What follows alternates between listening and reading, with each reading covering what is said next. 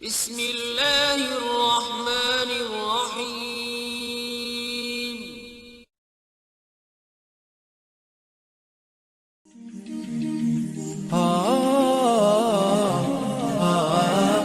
Bismillahirrohmanirrohim. Assalamualaikum warahmatullahi wabarakatuh.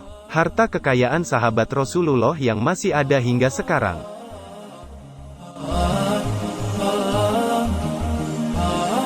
Sahabat beriman yang dirahmati Allah, sebagai umat Islam, nama Utsman bin Affan sudah tidak asing bagi kita. Khalifah ketiga Islam di masa Khulafaur Rasyidin ini merupakan salah satu sahabat Rasulullah Shallallahu Alaihi Wasallam yang paling masyhur. Siapa sangka, ia juga merupakan salah satu sahabat terkaya Nabi Shallallahu Alaihi Wasallam.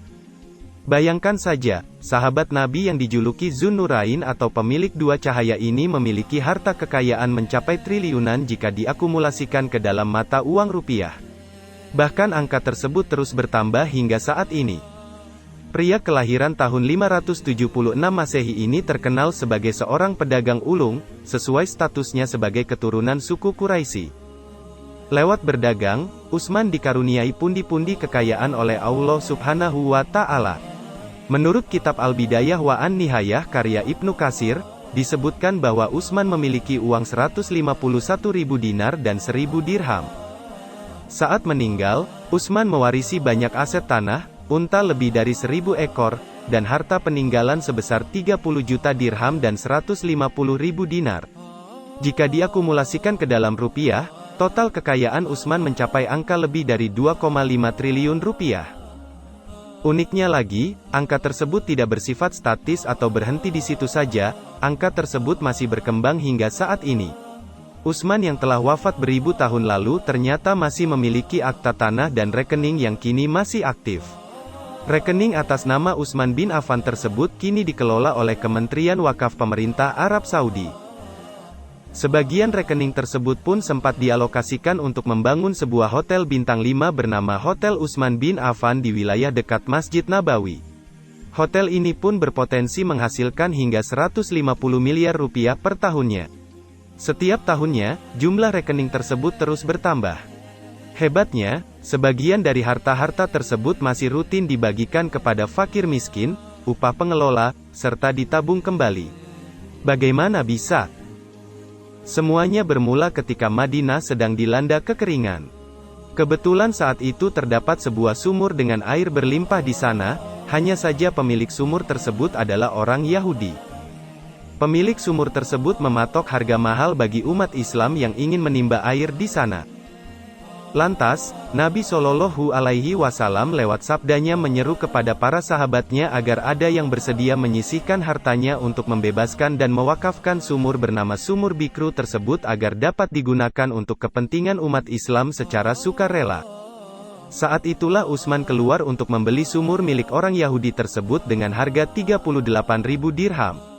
Akhirnya sumur tersebut pun dapat digunakan secara gratis oleh umat Islam. Seketika, sumur tersebut pun menjadi sering dikunjungi hingga Utsman tergerak hatinya untuk mengembangkan tanah di sekitar sumur tersebut. Alhasil, ia mendirikan sebuah perkebunan kurma yang sangat besar. Hingga kini, kompleks perkebunan kurma tersebut masih ada dan sudah ditumbuhi sekitar 1.550 pohon dan dikelola oleh Kementerian Pertanian Arab Saudi. Hasil dari perkebunan tersebut sebagian disedekahkan kepada yang membutuhkan, hasil sisanya masuk ke rekening Utsman bin Affan. Kedermawanan Utsman yang hingga kini masih terasa tersebut memang sudah biasa dilakukannya sejak ia masih hidup. Pernah saat meletusnya Perang Tabuk, ia menyumbangkan 950 ekor unta, 50 ekor kuda, dan uang 1.000 dinar emas untuk kebutuhan perang umat Islam.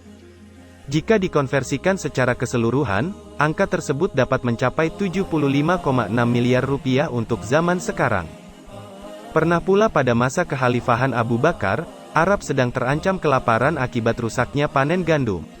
Untuk itu, Utsman menyumbang 500 ton gandum untuk orang miskin di Arab. Di zaman sekarang, angka tersebut setara dengan 35 miliar rupiah. Masih banyak lagi riwayat-riwayat yang mengisahkan kekayaan serta kedermawanan Utsman bin Affan. Namun pada intinya, seluruh kekayaannya tersebut selalu ia gunakan untuk kepentingan dakwah Islam dan kemaslahatan umat. Semoga dengan adanya video ini, para saudaraku mulai tergerak hatinya agar sering melakukan sedekah walau hanya sedikit saja. Walaupun jumlahnya yang sedikit, tetap sangat bermanfaat bagi orang-orang yang membutuhkan. Demikian yang saya sampaikan, semoga bermanfaat untuk kita semua. Amin, ya Robbal Alamin.